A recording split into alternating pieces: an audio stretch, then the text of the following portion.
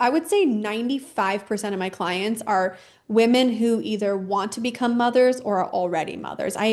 Spirit babies and I'm about to be featured on a podcast for spirit babies because they come through so much in my work. And a lot of times the spirit babies are coming in to say, Mom, I can't come in to a cold, shut down body.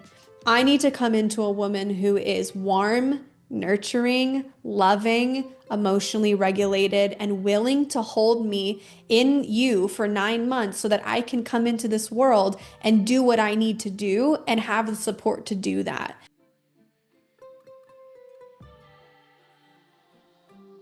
Hey everyone, welcome back to the Pelvic Pulse podcast. I'm sitting with Kat Daou, and Kat is a family constellation therapy facilitator, intuitive medium, and podcast host of the Heal with Kat podcast. Woo woo. A devoted cycle breaker, her healing journey began when she discovered that the pain she carried wasn't hers, it was inherited. Since then, she has helped hundreds of people uncover the unconscious patterns passed down through their lineage, reconnect with their inner truth, and break generational cycles with clarity, compassion, and love. Kat believes that healing ourselves is how we heal the system, and she's here to walk beside others as they do just that. Welcome to the show. Thank you. I'm so happy to be here. I'm so excited. I'm so excited, especially since I've been going through a lot of my own generational healing in the past 4 years. I mean, I think more, but I think more formally in the past 4 years, and probably in a different way than you normally guide people through. But I'm really excited to hear more about family constellation therapy. I've never done one myself and never done a session like that, but I can only imagine the kinds of transformations that people are experiencing and maybe even what you've experienced yourself. I don't know. Yeah, I always say that like there's not one way to heal the generational cycles that are leaving us with this pain. Like there's so many different ways. So good for you for even like walking the path itself. Family constellation therapy is just one really transformative and powerful way to kind of alchemize it. How I love that word alchemize, kitchens people. Yeah. Okay, so just for backstory, Kat is a reflector in human design. So she's like sensitive in the best way. And I feel the same.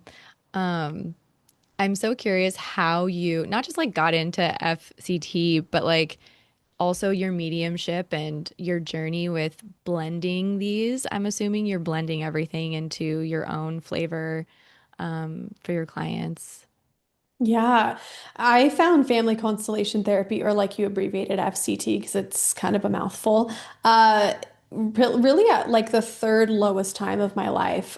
From a very young age, I struggled a lot with emotional neglect, loneliness, feeling abandoned. I didn't have the worst childhood ever, but I definitely now looking back on it, and it's very clear to me how my family's unhealed trauma was showing up and how they were parenting me, nurturing me, just all of my environment of what I was raised in, the nurture and the nature of where I came from was so much of the unhealed trauma. And so I found myself deeply depressed at like 28. I was post-divorce. I'd been divorced for maybe a few months, maybe a year. And I was in this really amazing job working for my family. We used to have a winery in Paso Robles in California, and I was doing our social media, traveling the world, doing wine dinners. I mean, from the outside, my life looked really cool. Like, what else could I want? And on the inside, I was feeling so unfulfilled. Mm. And I had this really kind of stark moment sitting on my bed in the middle of the pandemic, and I just cried out loud. And I joke that this is when spirits, took their go ahead that they could start moving all of the pieces that needed to move. But I said, if how could I have felt so much pain in my life at such a young age? How could I be struggling with suicidal ideation for most of my life, even in my teenage years? Mm. What the heck has happened to me that I'm at this place yet again when everything is supposed to look so great? What is all of this pain for? What have I gone through all of this for? And I'm still trying to understand. If everything is supposed to look so good, why am I in so much pain? And then maybe a week later, I went to my cousin and I said, I need a life coach. I need to figure out what is going on with my life because I just don't understand it. Mm. And she said, I don't know a life coach, but I know a woman who lives in LA. She's a family constellation facilitator. She does like 6 month coaching and she's also a medium. She's like, I recommend you just like book a session, see what's there for you. I booked 6 months of coaching without ever doing a family constellation session. I was so desperate. It was literally an act of desperation.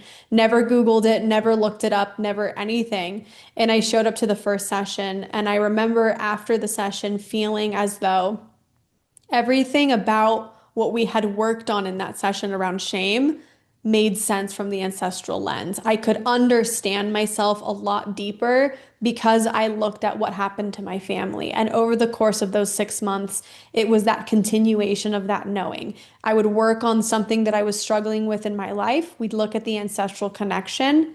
Mind would be blown. And it was honestly after the second or third session. I just knew this is what I was here to do. I can't logically explain it to you. It was a knowing in my body. Every time that I would meditate and think about family constellation therapy, I would see myself as a tree, not just the family tree, but it felt like the roots of my life were like coming into full form. And I just took a chance. I quit my job like a year later. I went through the training. I've been doing it for 4 years now, and I've loved every moment of it. The mediumship part is way less formal Mm. because during that time when I was getting coaching for family constellation therapy, I my mentor said you need to meet with spirit every single day, and I had this massive awakening, bigger than I had ever had. I've been doing this work for 10 years, and it was only until 2020 that it was like, whoa, like this is so crazy. I can do this. Like I know how to be intuitive, like I know how to do all these things. And anyways, it was in one of my first family constellations where I was with a client and I didn't really know that I could do mediumship like I could. And I'm in the session with her and I'm like, okay, I need to stop you for a second. There's a guy standing behind me in a military suit and he's leaning against the door. He looks super unentertained of what we're doing, but he's really curious about what you're doing and he's kind of here to protect you. I don't even know what the fuck I was saying. I was just saying whatever was coming out of my mouth. And she's like, "Oh yeah, that's my stepbrother. He died like a couple years ago or something in a freak accident."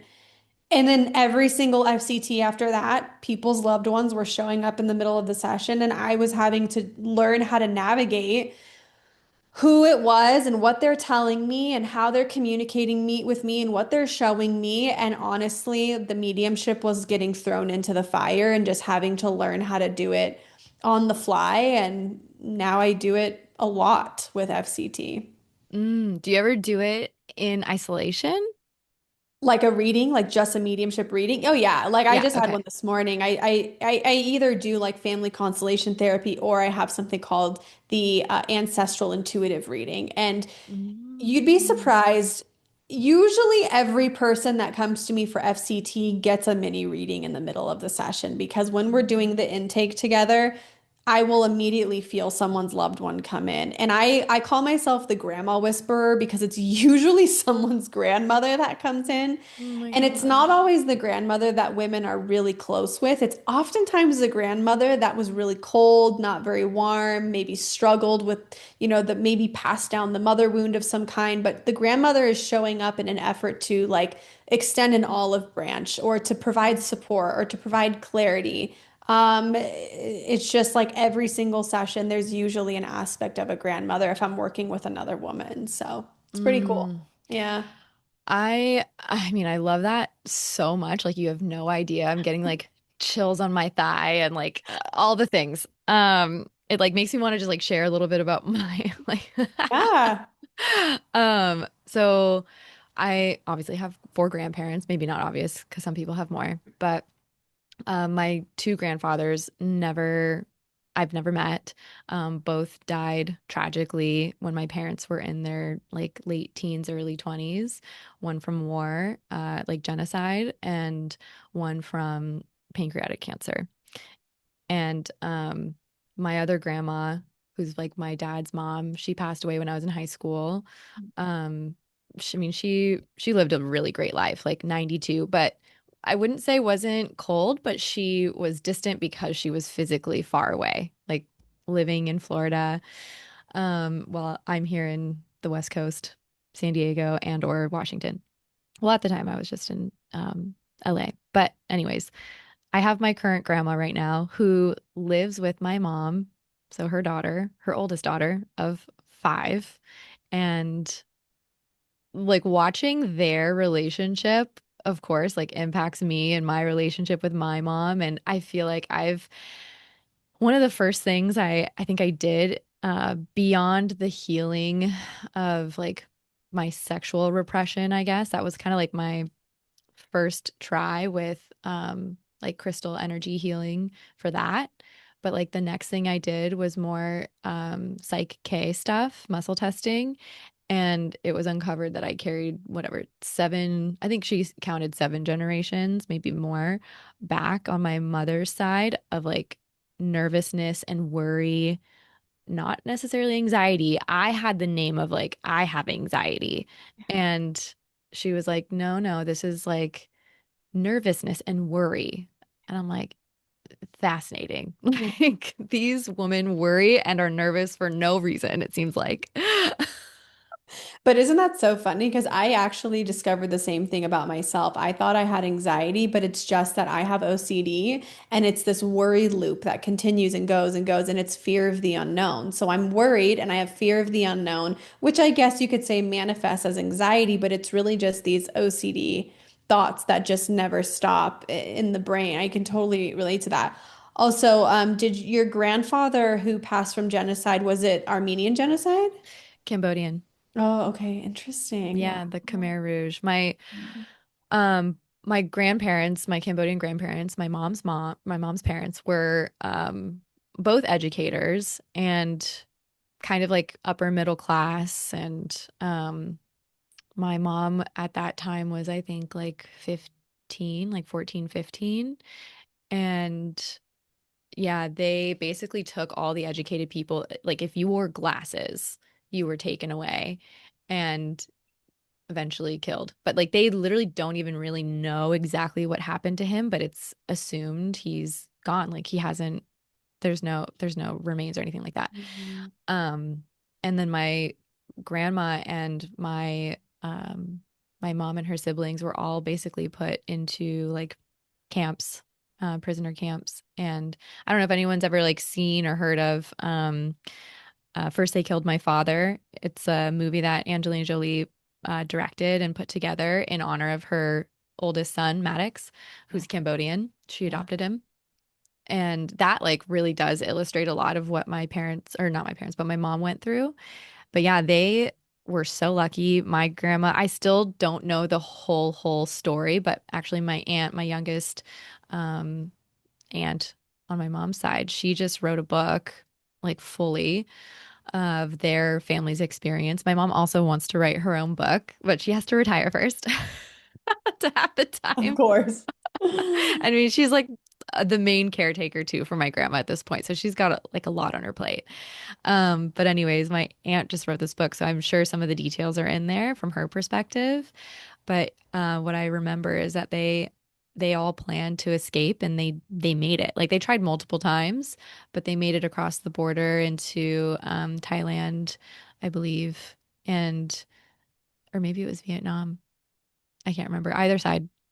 And were basically refugees, came to America. They were in San Francisco area for a bit, and then they came down to LA area. And my grandma basically was like the man of the house and went out and worked while my mom worked and went to school, and all the other kids went to school, learned English. My mom just when she was in Cambodia, she saw Neil Armstrong land on the moon, and watching that on TV, she was like, I want to work with space. And so she ended up becoming a mechanical engineer and works for a branch of NASA and is like quite literally a space engineer, rocket scientist. And yeah, yeah, she still does that right now. That's And awesome. she's made it like really, really far. But a lot of the inherited things from her and from my grandma, they like have spilled into me. Not so much maybe my brother, my younger brother, but definitely there's a lot there. Yeah, as women, we carry a lot of the ancestral stuff because we are also the conduits of birth, of creation, of life coming to form. And it's actually interesting you mentioned some of your sexual repression. That is largely tied to war trauma. Most of the clients that I have that suffered from Holocaust or any kind of genocide trauma have some kind of sexual repression or a fear of being right and wrong. Mm. There's a huge pattern with, I actually did a case study on it where I was getting so many clients at one point who had a lineage that suffered from Holocaust trauma. And they were women who had, um, um, what is when your cervix closes and you can't, oh God, you're going to have to remind me. You're the expert on this. I forget what it's called. Like in pregnancy, or what do No, you it's like just it's when they're the cervix, like when you have to use the tools to open up the vagina and like a like dilator? yeah, like a dilator. What is that called again? I can pull up the case study, but I've Yeah, I'm it's curious, like it's in not what context? vaginosis, but it's Oh, vaginismus? vaginismus. Okay. Thank you. So not the cervix, but like the vaginal walls and like Okay. the pelvic floor muscles at the very entry are almost like clamped shut sometimes. So that was showing up in all of my clients. I had like Ooh. six in like a year period where they didn't know each other, but Yeah. all of them had that, and they all came from history of lineages of Holocaust trauma. It was crazy. I did a whole case study on it because I was like, this is wild. Like I have to document how common this is. I'd be curious to know out of those six cases, did any of them have endometriosis? Two of them did. And I have endometriosis You and too. yeah, and my grandmother on my mom's side was the only one who had endometriosis documented, but it was very apparent to me through many of the constellations that I've done on my endometriosis.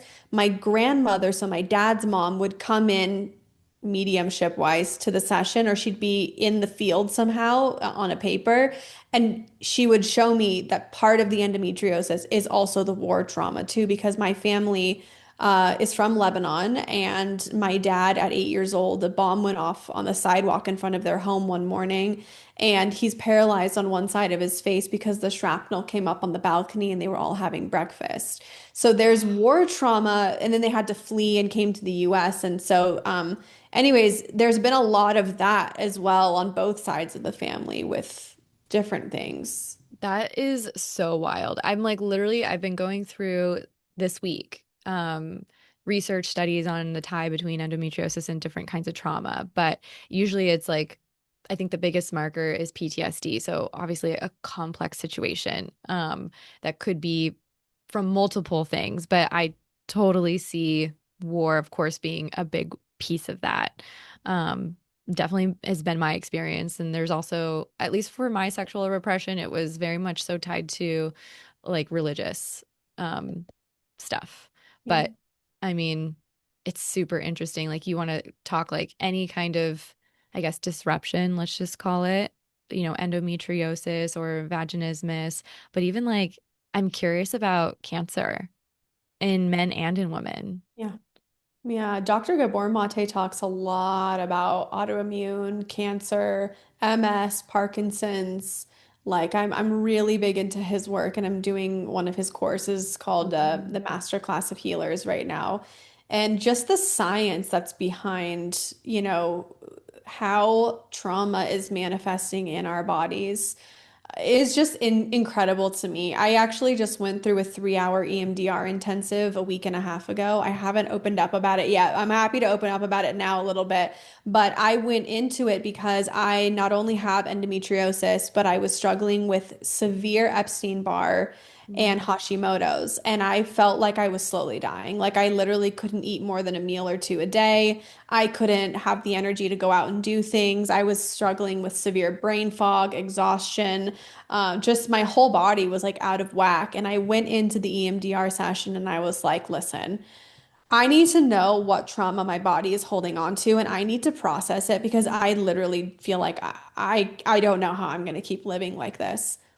Since the EMDR session, I literally have had 4 meals a day every day since Mhm. then. I have normal bowel movements again. I'm sleeping normally. I don't feel inflamed, no bloating, no migraines, no headaches. I don't even know. Like it's just like this whole new awakening. So if you've never believed that the body keeps score, let me tell you, the body keeps score more than you think. Way more than you think. Way more than you think, and in probably the smallest of cells that you would have never even thought to go.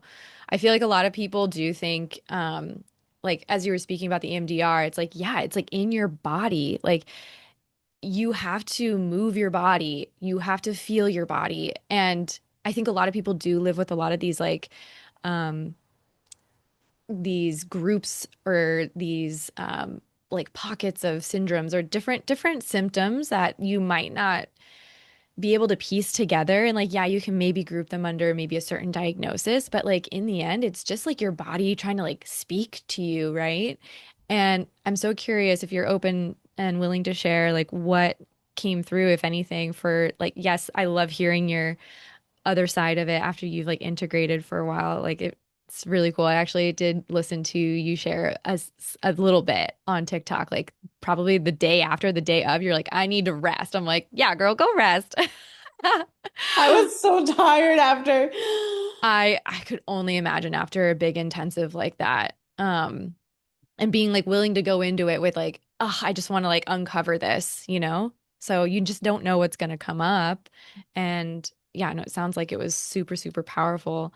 Shoot, I was going to say one other little note. Oh, I was going to say like the body work thing. Like people think they might just need to eat better or get more sleep, massages, movement of some kind. And it's like, I mean, even the vaginal alchemy work that I do, where like people do hands-on, hands-in work on themselves, or I do it for them with them, it's it potentially you have to tie all the things together. Let me tell you that I have spent the last year and a half taking every supplement. I've gone to every doctor, naturopathic, functional. I don't do Western medicine because I'm too scared and scarred from the past to go there. Mm. I've done red light therapy, hyperbaric chamber therapy, cold exposure, NAD, fasted, cut out sugars. I'm gluten-free, dairy-free, sugar-free, soy-free. I mean, you fucking name it. I had done everything. I saw a 40% difference in how I felt.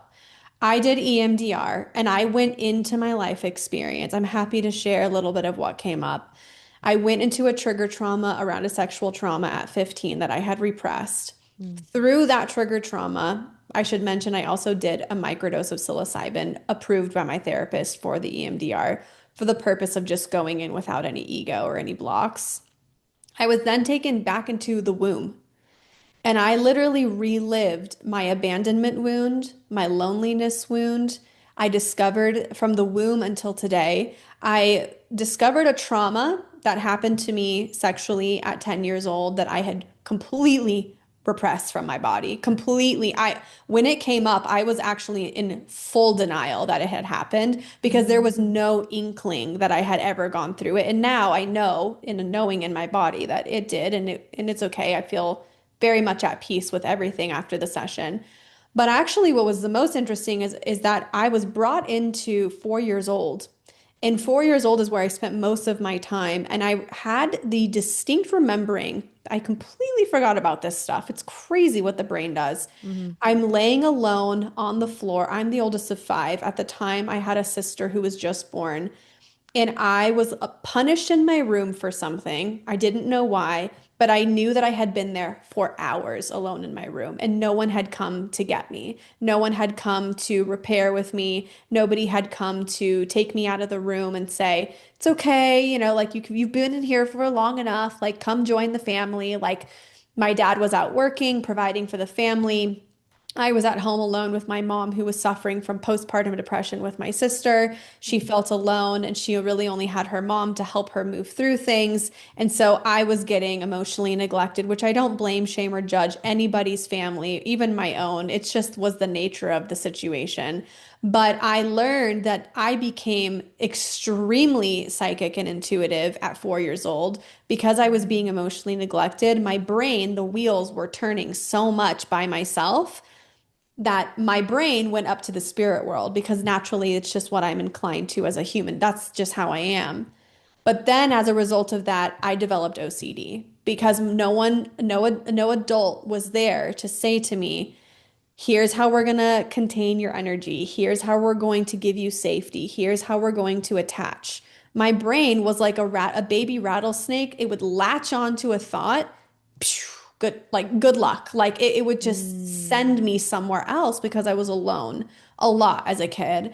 And so I noticed that through the course of my life, every single time that I struggled with suicidal ideation, it was because I was triggered by being alone.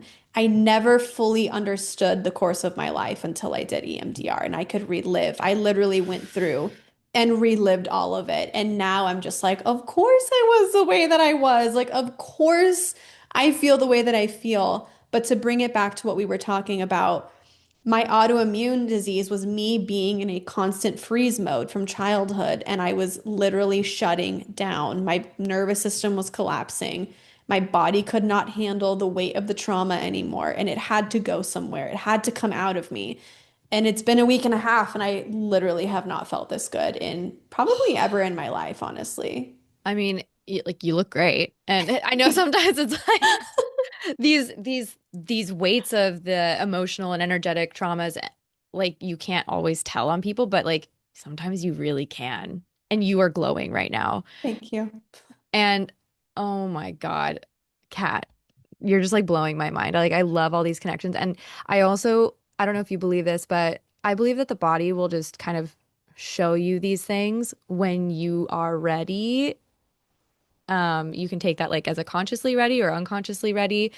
Um, and you have the tools or the access to the tools to help you process it and release.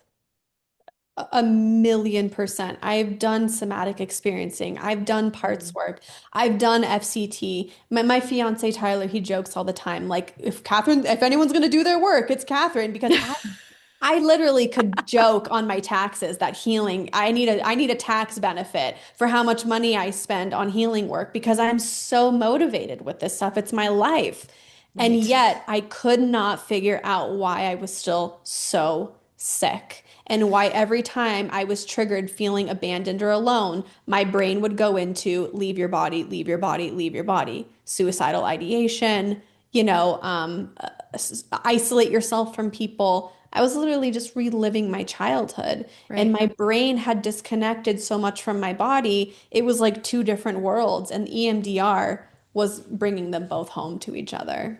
Oh my gosh, that's super, like, I'm so proud of you. Thank you. I'm proud of myself too. It was really hard. I know that sounds really hard. Like, It not was just like, to go yeah. through that one, like 3 hour thing, but also to just keep experiencing these things over the course of your life and have these ups and downs, these like rock bottoms and bringing yourself out of the hole and working through it to the point where, like, also I feel like I'm not making an assumption and saying like what you're doing for yourself obviously is helping all the people that come to you for their help.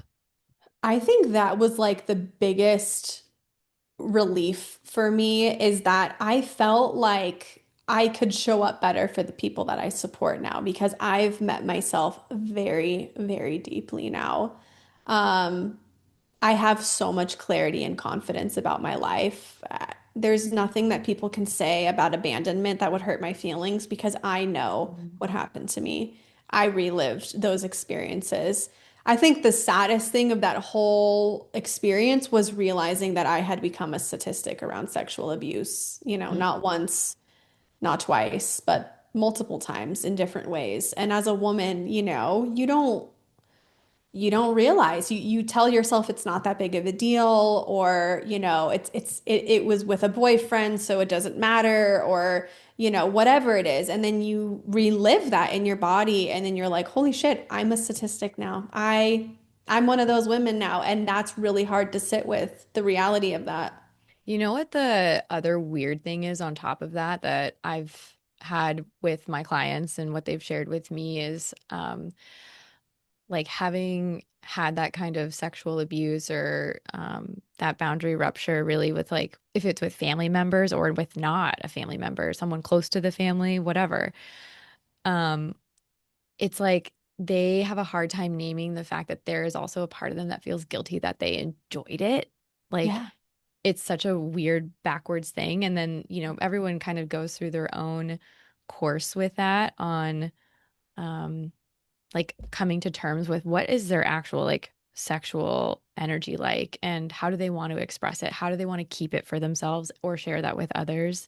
And like, yeah, there's always when I do my work, there's always a level of grief. Always. It doesn't matter if you've been sexually assaulted or you just weren't taught about your fucking period. Yeah, it's that there's so much beauty in becoming a woman and being a woman and being in our bodies. And yet I think part of so many women's mother wounds is they were not nurtured or cared for in the way that they believe they should have been cared for and nurtured from another woman who happens to be their mother in their own bodies. And I think that's why we see this continual generational movement of women claiming their sexual freedom and claiming their sovereignty over their body because they've been let down by the other women in their lives who haven't been able to show up for them in that way. Yeah, that's quite literally my story. No one taught me about all this stuff. And it was like, okay, grieve, grieve, grieve. Yeah. And then talk to my mom, ask her, like, what did you know about your period? She's like, I knew nothing. She was the Yeah. oldest of five, like you. And she had an older cousin who she went to. She's like, I think I'm dying. And like, there's blood in my underwear. Like, what do we do? And her cousin's like, no, no, no, you're just on your period now. Like, Oh, in Cambodia where they don't have like also pads. Like I think they just used cloths. I know it's so crazy. But I wanted to touch on like the womb experience that you had too, because um I didn't experience that through we haven't mentioned this form of therapy, but craniosacral and or somato-emotional release. So I do a little bit of that too. And I was at a training last year and it was for SER2 and we had a day that was focused on like the birth through, maybe giving birth if you were also a woman and have had any of those kinds of experiences. Um, and everyone's experience was different. Like while I was on the table receiving care, there were women reliving their birth, like giving birth to someone that they never got to give birth to, or like not having had the birth that they wanted to have. And for me, I was like, I was back in the womb and like, I could hear and feel more so my mom's fear of me. And, maybe you take that as rejection, maybe you don't, but like, I know she loves me because she wanted to have me, but she was afraid of me going through her birth canal because she was told that her pelvis was too small. And so she had an emergency C-section with me. And then later with my brother had a planned cesarean. Um, And yet I had to like face that and feel that fear of me being who I am and coming to terms with that. And while I was having that experience, I felt my spirit baby, who like always comes up on my left. She's like a little purple blob. I love it. And she's like, I'm proud of you.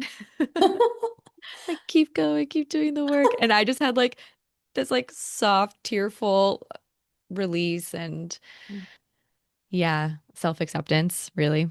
Yeah. I also had a similar experience where I could sense and feel that my soul was going in and out of the womb and I regretted. I was like, I don't want to do this. I don't want to manifest. I don't want to be a human anymore. Like I'm sensing what I chose to come into and I don't want to do this. Like I felt like I wanted to crawl out of my skin in the womb. It was like the weirdest feeling. And I remember saying out loud to the therapist, which of course the mushrooms help a lot too. Yeah. You get really in tune with it. I said, my mom only thinks about me every few days and I don't feel connected to her, but my dad, he really wants me to come. And I actually got stuck in the womb, in the birthing canal, in the birthing process. And my mom got stuck in her mom, and my mom almost died with my grandma in her birthing process. And so I knew that in my birthing experience, I made myself stuck and I was stubborn because I wasn't sure I was coming out into a safe environment and I didn't feel wanted. And I remember seeing, so I was an emergency C-section. And then I saw the doctor holding me and about to hand me to my mom, and I just said, "Give me to my dad, give me to my dad." And all of a sudden I could see my dad looking at me, and he was saying that in his heart, I could feel him saying, "You're the apple of my eye." And there was my addiction to my dad, my addiction to his love, like my addiction to feeling nothing and feeling everything, and that disorganized attachment. So, my disorganized attachment, I was consciously aware it started in the womb, sensing who was around me and how I was receiving love. Like, this is how fucking primal our experience is. And because we live so many years outside of our womb experience, we don't realize that it's still inside of us. And then it just replays over and over and over and over again as we get older. So I was listening actually to a podcast that you were on with MJ Renshaw, who Yes. she'll be a guest on mine soon. Love. She's Yeah, great. I'm so excited. And you were sharing about how like when you do this age mapping for like when whatever age your parents were when they experienced their thing, it kind of like all lines up when you might experience your thing. So Yeah. like womb, okay, like whoa. Yeah, it's actually blah, brain fart. It's really epigenetic mostly. Our genes have this remembering, and I like to look at ancestral trauma in the sense of energetic and epigenetic. I think, Mm. we can't discount that we are one, those are kind of one and the same in a lot of ways. And if you don't vibe with the word energetic, you could imagine maybe emotions create an experience. Emotions are energy in motion. They create an experience that then gets embedded in our nervous system and then it gets passed down, passed down. So, I mean, everything is kind of epigenetic at the end of the day, but it is really wild. If I look back on my life and I look at where I was at 27, where my mom was at 27. My mom was getting married at 27 to my dad. I was getting divorced from my ex-husband at 27. At Mm. 33, my dad retired for the first time and sold his company that he had in Sereno Valley in San Diego. At 33, I made the most money in my business I've ever made. So you just look at these things, and it's not like I was trying to do any of this stuff. It just was my life and the way that it was happening. And I think age mapping really made me realize, wow, like I've broken cycles. Like I didn't even really realize, but also I've inherited gifts at the same ages too. Mm. Taking a quick break from our conversation to share with you one of my all-time favorite tools, crystal wands and yoni eggs from Wands with two A's. If you're wanting to connect to your body, your pleasure, unravel and process your life, these beautifully shaped wands and eggs are going to help you get there. I think of them as an extension of my own hand, brought from the earth for my healing rituals that have helped me invite so much goodness into my life. To get yours, head over to the link in the show notes and use the code BEINGBETTER in all caps for 15% off your purchase. And if you're like, okay, I'm in, or you already have tools like these and don't know what to do with them, head over to my Wands and Yoni Eggs 101 courses for a full rundown and guided practice to get you started on developing these special rituals for yourself. And now back to the episode. Okay, yeah, speak more on the cycle breaking. Like what else are you doing for yourself? Like what cycles are you helping other women break through? Like you already mentioned mother wound, Yeah. which I think is just a huge topic after all we've said about the birth process, womb. I'm actually quite curious like if there's almost like advice that you'd want to give to people who are maybe trying to get pregnant because I think people think about the physicality, like everyone, myself included, like I am physically trying to get ready and also emotionally and energetically, financially trying to set myself up. And same with my partner. But like, kind of the first thing people do, maybe you start eating better, maybe you start working out a little more, but like the energetics and or like connection that you can maybe make with your future family, Mhm. like what does that look like to prepare in your eyes using maybe the skills that you have? Yeah, I like to look at it from this perspective. Like, we are mind, body, and spirit, but a huge part of what governs our mind, body, and spirit is our ancestral lineage. So, a lot of women will come to me and say, I've tried everything to get pregnant. I'm about to start trying IVF, but I just want to see if there's anything else that I should look at. Can we connect with my spirit baby? Is there any ancestral patterns? And I'm like, yeah. First things we're going to look at is where there's stillborns, miscarriages, abortions in the family system. Did somebody die early? Like, we want to look at all the patterns around death because on the other side of that is the light of creation and life. But we also want to look at your belief systems that you inherited around romantic partnerships and what it means to be a mother. And uh, so I don't boil it down to like one or two things because we're so multidimensional as humans that there's so many different things to look at. But, we're so many parts of a whole, the taking care of yourself with the prenatals and doing that kind of work, that's one part of it. Um, there's just, It's there's like just so numerous many ways. parts to it. There's so many parts to it, but we don't realize how entangled we may be in the unhealed stuff of our family system. And again, it's not just woo-woo, it's epigenetics. Your DNA is literally predisposed to certain things because it's been either strongly impacted by a trauma or been repeated over and over and over again. And so it does take work. I mean, a lot of I would say 95% of my clients are women who either want to become mothers or are already mothers. Spirit babies and I'm about to be featured on a podcast for spirit babies because they come through so much in my work. And a lot of times the spirit babies are coming in to say, Mom, I can't come in to a cold, shut down body. I need to come into a woman who is warm, nurturing, loving, emotionally regulated, and willing to hold me in you for 9 months so that I can come into this world and do what I need to do and have the support to do that. And these spirit babies that we're seeing now have really high expectations of who they're coming into. There is a lot of awakening happening on our planet right now in a beautiful way. And these spirit babies want to come into conscious mothers who are going to help these souls do exactly what they're here to do to raise the consciousness of our planet, even if it's being a CPA. Like the spiritual journey is not just doing the woo, it's also being a human. And I work a lot with Mother Mary because of that. I've got like multiple statues behind me. I've loved her since I was a child, and she is really the embodiment of what I help other women try to do, which is heal the parts of themselves that they've disconnected from, that disconnects them from their nurturing, intuitive, loving, warm selves that women Mhm. really are the full embodiment of.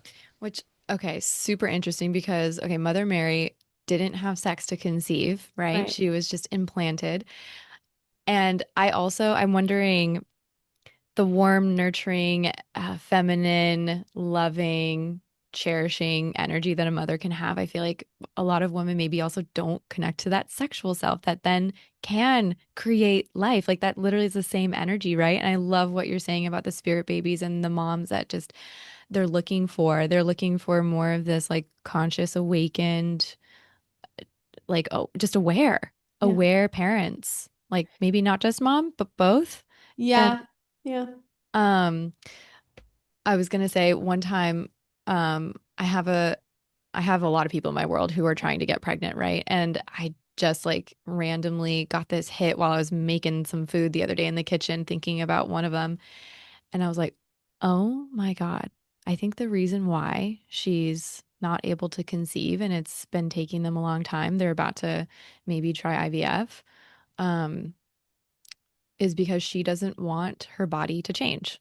Like Oh, she's worked really hard to get the body she has, and the women in her family are a little body conscious.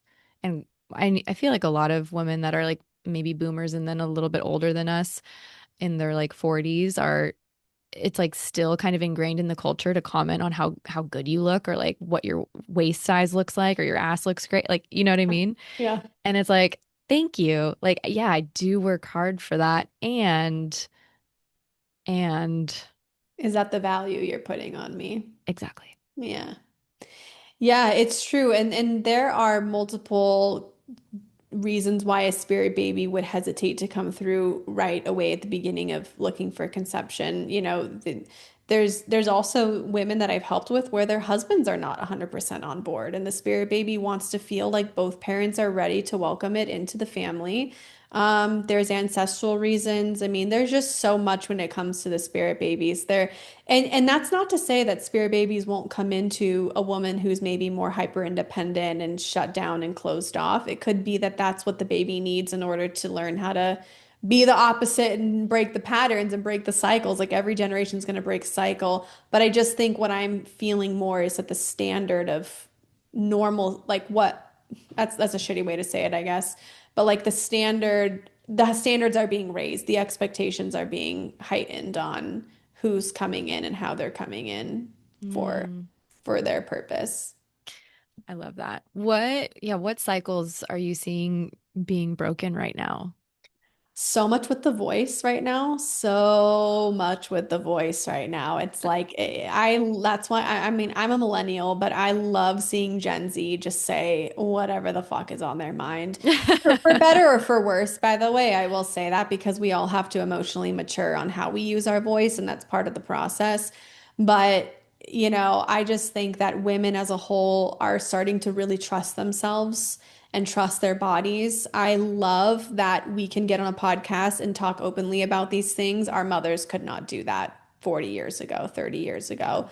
Going to therapy was not normalized for our mothers at the time. The way that we were connecting with our children was very, very different. There's a lot of science now that shows the benefits of how we can parent and the best ways to show up for our kids. So I just think a lot of women are learning to trust themselves, to trust their intuition, to trust their bodies, to trust their voice, and to say the things that everyone has been afraid to say for so long. Because I think one of the saddest things I see in a family system is when nobody talks about anything and people sweep things under the rug. Because then how are we supposed to move forward from that? When you don't talk about anything and there's secrets and no one really knows the truth, it's a form of keeping everyone on the same playing level field. It's a form of loyalty. No one moves without those, with so when somebody steps out of the family system or they want to do things differently, they're going to call themselves the black sheep because they're stepping out of the loyalty. And it's a really scary feeling to do, but eventually you can kind of reframe that negative, maybe black sheep societal, you know, terminology and evolve it into something like the cycle breaker who's willing to feel the things nobody felt, to say the things nobody said, to explore the places nobody wanted to explore, and have the courage and the heart, most importantly, because our heart is our compass, to do things differently and to rewrite the story and actually do it in an embodied way and not just, from the head. It's the whole experience. That was such a good explanation. And okay, I don't know why. I just like really want to share this because like yes, it's happening in the woman. I'm feeling that and moving through all of those things myself and have moved through a lot of these cycle breaking things myself. Just from the sense of like even money and my parents and the sex stuff, of course, and just like different levels of embodiment. But I just finished watching with my partner Steve Martin's documentary. Have you seen that? No, is it good? I love Steve Martin. I love Steve Martin, right? Like He's so Father of good. the Bride, my Yeah, absolute freaking favorite. me too. Oh I my God. will literally like watch that movie just to, like feel good, you know? Yeah. Yeah, same. Also, if you haven't watched Dirty Rotten Scoundrels, is really good. It's an oldie but goodie. I need to watch that. I need to watch Three Amigos. Oh Like my God, so good. I cannot wait. Like that's literally on our list now. But his documentary is a two-part series, and the first part is like what he did before he was in movies, which was stand-up comedy. He's like actually one of the most legendary stand-up comedian, most successful stand-up comedian ever. Like, Wow. which I never knew that. But his relationship with his dad is actually really fascinating. And his dad was just kind of that like stoic, quiet. I guess Steve recalls him as just being very angry when he was little, like no hugs, no love, no kisses. And when he got into his later age, like I mean, I guess also Steve's dad would not necessarily praise him for any steps that he took in his career. Wow. Um, I guess his dad wanted to be in showbiz, but never did showbiz. He was more in real estate. And then when Steve got into showbiz, it was kind of like, okay, he showed up, um, supporting him and whatnot, but wouldn't necessarily like give him compliments. He'd actually would backhand him a little bit, in Mhm. with his words. And at one point, though, Steve was a lot older. He was successful in the movie business, and I just like read this little piece out of the New Yorker on this because he wrote a story, an editorial about when his dad died. And I guess the years leading up to his dad dying, he had friends who lost their parents like pretty instantly. And the friend was like, you have your parents, like go talk to your parents. Like anything there's that you have to say it to them now.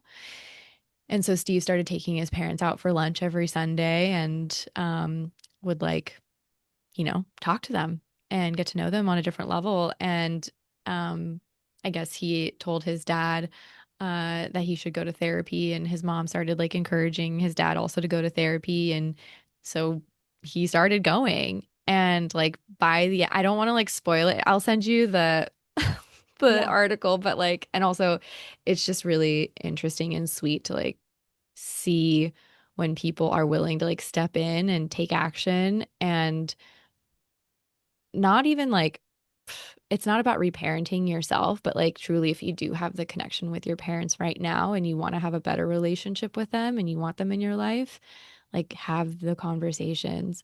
It's like at his deathbed, he like said some stuff. I like was literally reading it and like Oh my God. sobbing. I'm like, yeah, I could probably tap into some tears right now, but I don't need to. In any case, it just like makes me, yeah, feel like it could happen from any lens, or like any side of your family. Like the mother wound is really, bro. Yeah, but I mean, even when I'm hearing you talk to and I'm thinking about some of the men and that I've helped and even the men in my lives, like I think collectively we're not repressing as much as we used to. I think we're all finding our comfort zone around how we are letting things out and how we're like expressing what happened to us and like validating what happened to us, you Oh my know? gosh. You know what's even crazier though? Like I remember trying to talk to my dad at one point. Like I've always had some kind of like confidence issues. Like that might be surprising to people, but also like no, like I'm sure everyone has that at a certain capacity, but like I had a lot of confidence issues and I think it stemmed, I remember doing like some work, I think probably inner child TBM stuff. And I told my mom like I remember you telling me I'd be ugly if didn't stop sucking my thumb. And that really stuck out to me like I'm gonna be ugly, I am ugly, da da da da. And she was like, I don't remember telling you that. And then Oh God. there was a time in high school, so like I definitely remembered this, that my dad called me a tramp. And because I was hanging out with a bunch of guys, and I was literally, quite literally at that point, just like friends with everyone. Like, not, I don't even know if I had kissed anyone yet at that point, even. Like, I was old when I went through some of these things. Like, I was 14 when I had my first kiss, 18 when I had sex for the first time, like, all of that. Um, and so when he told me that, I was like, what the hell? And I froze, didn't have words for it in the moment. And then when I brought it to him after like working through a lot of that stuff again, same thing. Did I? I don't remember calling you that. And like, I don't think he said sorry, but he felt it. Like my dad is such a sweetheart. Like my protector, my provider of all the things that I need, like emotionally too, when I need it. Um, so it was just really interesting. Like a lot of them don't fucking remember Yeah. what stuff they did. No, I've experienced the same, and I bring it up, and they're like, I would never say something like that, and I'm like, no, but no, You did. you did, you did, you did, and it's okay because I'm dealing with that shit, but no, you definitely did. So sorry. But yeah, that's actually something interesting too, because a lot of people will come to me in FCT and say, well, I want to talk to my parents about this stuff because we're dealing with a lot of, to start the first few sessions, we're dealing with the client and their parents because that's the portal into understanding everyone behind a lot of times. Mm, And I'm like, tread lightly because your parents may not have the remembrance or the emotional maturity or capacity to validate that you went through those things. It's probably better just to ask them a lot of questions. Did this happen? Did that happen? Like, be very curious about things, yeah, and don't go into conversations with them assuming quote unquote, the truth, even though it is your truth. Just, I think asking questions is a great way to you can tell a lot by someone's emotional maturity by asking questions and really staying curious and observing. I agree. I feel like if you go into anything kind of accusatory or just like, this happened to me, like no one's gonna, that's automatically gonna shut a lot of people down Yeah. with their own shame, their own guilt, their own like denial Mm. about that part of themselves. Yeah. And yeah, it's not helpful to either party. So I totally love that approach with curiosity and just kind of an openness, even though you might know what you know, Hmm. like you don't know the whole picture. I think that's kind of also a piece of Steve's story is like he didn't understand how much pressure his dad was under and like his belief systems about um like providership, Yeah. being a man, providing his no work, no wife of his was gonna work. Yeah. Yeah. And so, okay, that's your choice and you're taking on all this burden for yourself when it could Yeah. be shared. But yeah. Yeah, I also think it's important to note too for like the listener right now is that like a lot of times we want to like logically make sense of the things that we inherited from our families, and sometimes they're just feelings that we inherit, beliefs that we inherit, senses in our body, or just, sometimes we don't always have to go back to the root cause. Sometimes it's important to just accept that it is what it is and to deal with that, just Mm, to deal with how it's showing up in you. Because I know for me with the OCD and then the isolation and then, the abandonment, I always wanted to know why? Like, what's the root cause of this? And I learned in the EMDR session that like even though I went back to the root cause and I like looked at it and I felt it, like it did make a huge difference, but it I could have really benefited from some more acceptance of just certain things. Like, I mm, just accept that this was my experience. mm. Thanks for naming that. And I got this visual of like you went all the way down to your root experience, like your lived experience in this life. And maybe the root isn't for you to find, like if it was happening beyond you. And it's like you went down to your root, Yeah. you know? Yeah, it Like was so kind of true. like literally the image of the trees and or like your nervous system roots. Like It's you so true. Some things you just accept and some things you go to the root of, and it's, not every single thing that you explore you're going to get to the root of, you know. yeah. Like how would you help someone discern that like point in their healing journey? Like I feel like that's a lot of people burn out on that journey. Like, Yeah. I would say that if you find yourself going in loops a lot, in mm, loops and loops and loops, and you're trying to figure out why, and you're still looping, and you're stuck in this pattern of looping, you know, step one is get into the body, do something like somatic experiencing, parts work, EMDR, brain spotting. And if you're still looping after that, it's just your ego trying to like find mm, safety. It's just your nervous system trying to find safety. So like that's the point where I would say like really work on some acceptance, really, really work on feeling acceptance of certain experiences.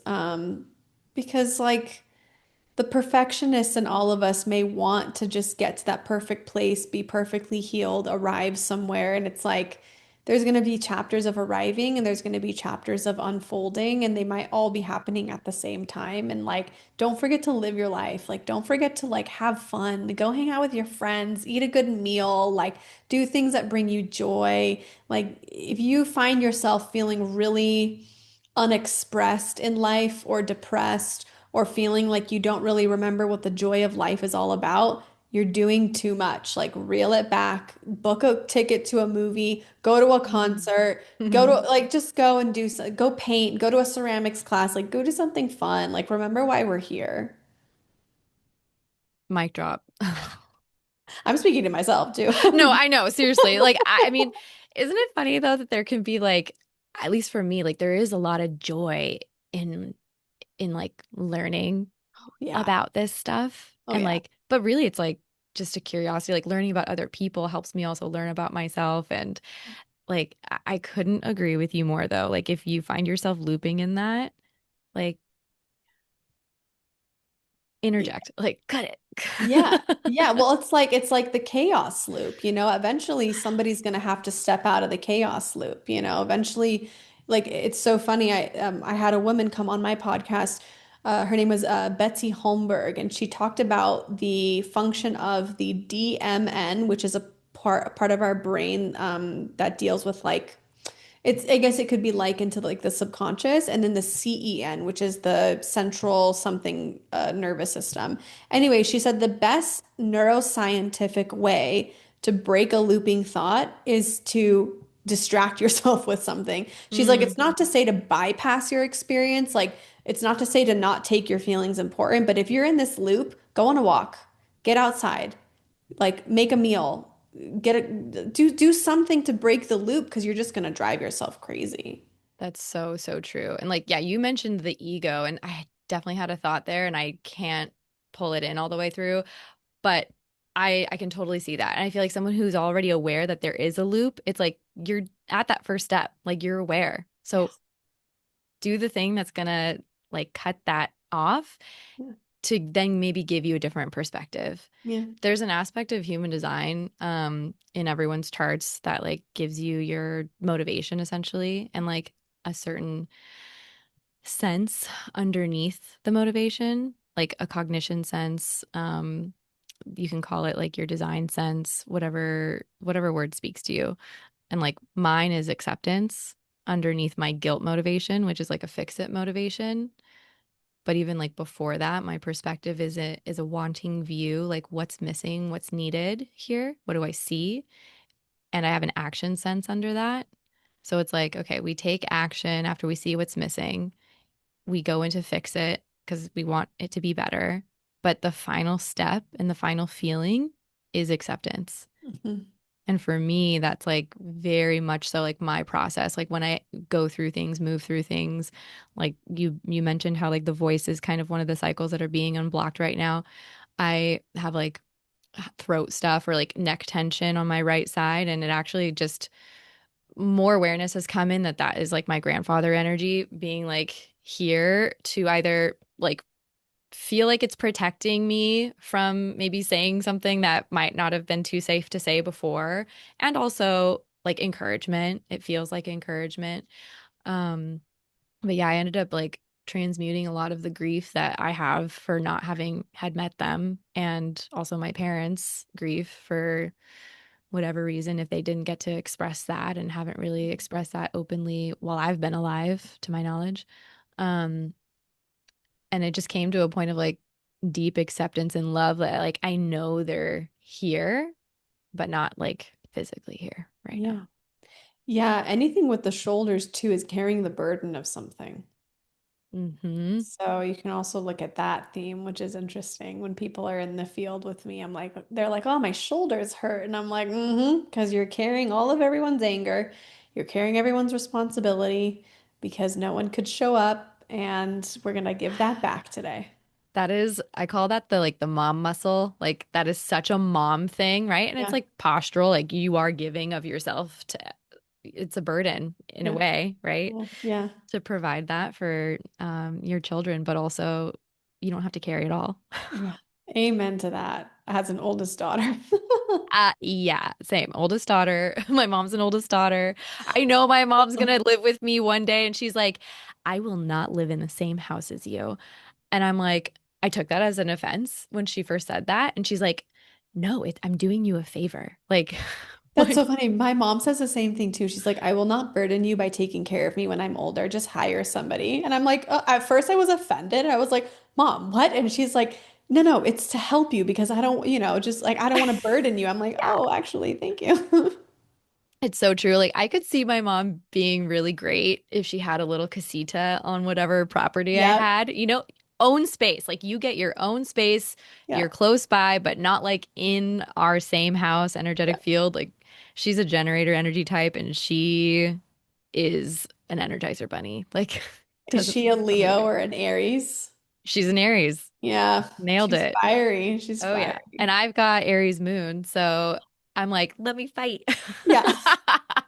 That's so funny. I have no Aries in my chart really. I think it's like I don't even know. I think Aries is one of the places I don't think I have anything significant, Wow. but I have the same sun sign as my dad, same moon sign as my dad. And the only reason we don't know exactly what his rising sign is because he was born in Lebanon and he doesn't have the time he was born. Yeah. But I would be damned if his rising sign was a Cancer like me because I swear, like we are the like every time he pisses me off about something, I'm like, God, you're just like looking in a fucking mirror right now. I gotta like tone it down a little bit. Okay, I'm personally trying to hone in on some of my intuitive gifts, but I'm so curious, like, do you have any ties to him, like where you guys were brother sister in a past life? The only past life that I know of with him is that he was my dad in two different lives. Wow. And Okay. then I have a sense that he may have been my mom in one of them where we were like royalty or something. Mm. I had a dream about it once and I woke up and I was like, I think my dad was my mom. Um, but yeah, Wow. like I mean, it's mostly been a father figure of some kind. And it's really cool because I did a past life regression about 4 years ago, and I wanted to know what the purpose of me and my dad coming together in this life was. Mm. And it's beautiful. He's doing a lot of karmic repaying for things from the Mm. past, and also giving me a huge sense of what love feels like, and to be provided for and to be taken care of. And there's just a lot of things that, like, for all of the pain that I've experienced with my dad and his family at times, there is so much love there. And I think that's what the confusing part is like, how can these people that I love and love me so much, like, also cause so much pain? But it's just because it's the unhealed stuff that they haven't dealt with, or the coping mechanisms of their own pain. And I feel so lucky to have come from their lineage because they're incredible people. They're wonderful people. They have great hearts. I could totally say the same Yeah. about my lineage. I Yeah. mean, that's again coming back to the place of acceptance, like finding that not just love for yourself, but the love for the other people in your world, in your lineage, in your family, and it's it's the work of a lifetime Yeah. Forever. in the best way. More lifetimes to come. I hope not. I hope this is my last one on Earth for a while. Although sometimes I'll catch myself being like, maybe in my next life, I'm going to come back as like Olandria from Love Island, just be like a badass queen. But I also want to like make music, but I hope I get to marry my Ooh. husband again and like, but no kids next lifetime, Like I just find myself like coming back. Like I'm just like, oh, like who do I want to be next time? You're like vision boarding for your next life. I freaking love it. No joke, I literally am. I remember seeing Alandria and being like, next lifetime, I want to come back as her. She is beautiful. She's badass. She's smart. Like she knows her worth, like all of it. Is she from this new season of Love Island? Yeah. Okay, I just saw that on Hulu. I'm like, should I watch that? Okay, I never watched Love Island before. And then I started watching because on my TikTok, a lot of mental health people were talking about Huda and one of the contestants, her like mental health on some of the episodes. And so immediately I was like, Okay, I'm locked in. I am obsessed. I literally just finished watching season 6 and the reunion today, and I am like, I was missing out. Like, I don't know what else to watch now. I'm literally counting down the hours until tonight. I have like 3 hours until I get to watch the next episode. I'm like, what am I doing with my life? Oh my God. Honestly, okay. So someone said this a long time ago. I think it was when like Love is Blind or like Perfect Match had come out on Netflix. And someone was saying, I mean, everyone gives, not everyone, a lot of people give shit to people who watch quote unquote reality TV. And I think that's bullshit because when you do watch reality TV, you are studying human behavior. Oh, yeah. I I always love said it. I would do a podcast like episodes for when Love is Blind is out, and I've never, maybe we could do that. We could do like some recap fun, like guest episodes where we come on and talk about recapping Love is Blind. Like watching the episode together and then having like commentary and being like, pause, like the energetics here, blah, blah, blah, blah, blah. Like Yeah. her pussy is fucking tight or something like that. I feel like I could read that, no problem. Legit, when Hannah and Pepe were making out in the speakeasy on this season of Love Island, I literally saw a spirit baby around Hannah. And I literally went on TikTok and I was like, Hannah, if you see this, be careful because you have a baby following you around, and that baby is like prancing around you and Pepe. And I'm like, be careful, girl. And Oh like, my God. yeah, it's just like the shit we get to see. So I'm all in for Love is Blind. That would be so fun. And the next season is actually in Denver where I live. So Oh my gosh. So they've already filmed it and I'm like, crazy. okay, I okay. can't wait. I cannot wait. Oh my gosh, Kat, you're the best. Where can everyone find you as we wrap this up? Where would you want people to go if they want to work with you? I mean, TikTok is my number one social media platform. Yeah, you're off Instagram I now. officially got off Instagram permanently. It serves as a portfolio for my work now. I just was really over the grind of Instagram. The 2% highlight reels, it's killing creativity for me. So I'm over it. But yeah, you can follow me there. Just got nothing for you. But TikTok is my place. It's my greatest community aside from my email newsletter. My website is catdow.com. And on TikTok, I'm Heal with Cat Podcasts. And I'm also on YouTube for the podcast, Spotify, Apple. So I'm trying to like lean into Substack, but we'll see where I go with it. It's kind of looming. Yeah, no, it sounds like those are all great platforms. I love it. Yeah. Thank you so much for being here. You're, yeah, incredible and doing amazing work. Oh, Can't wait to I hear more feel from like you. our conversation was just so vibey. I'm like, yeah, I can't wait for you to come on my podcast in August. It's gonna be so Yes. fun. But I'm Yes. really grateful that you had me on. This was an amazing conversation. Thanks, girl. We'll Yeah. see you guys next time. Thanks for listening and putting your finger on the Pelvic Pulse podcast. I'm Brittney Ellers. This episode's music was created by Just Tech. If you enjoyed this conversation, I'd love for you to follow the show on Spotify, Apple, YouTube, wherever you listen. Just tap that follow button. And if this episode resonated, share it with someone who needs to hear it. That is how this work ripples outward. If you're new to my world or want to deepen your connection to your pelvic health, I have a gift for you. Visit the link in the show notes to explore all of my free resources. Whether you're curious, healing, or reclaiming, this is a beautiful place to begin. And if something stirred in you today, if you felt a spark of remembrance or a readiness to go deeper, then I'd love to invite you into Vaginal Alchemy Reloaded. This is my signature journey for women who want to not just heal, but alchemize their relationship with their pleasure, their pelvic space, and their power. It's deep, layered, and held in sisterhood. If you've been thinking about it, now is the time. Pricing increases August 1st. And if you're not quite ready to commit, you can start with Feel, a free guided pelvic mapping session that gives you a taste of the depth and embodiment we move through inside the alchemy. It's experiential, intimate, and reverent. You can learn more about both by heading to the show notes. Trust your timing, but don't ignore your knowing. I'll see you in the next episode.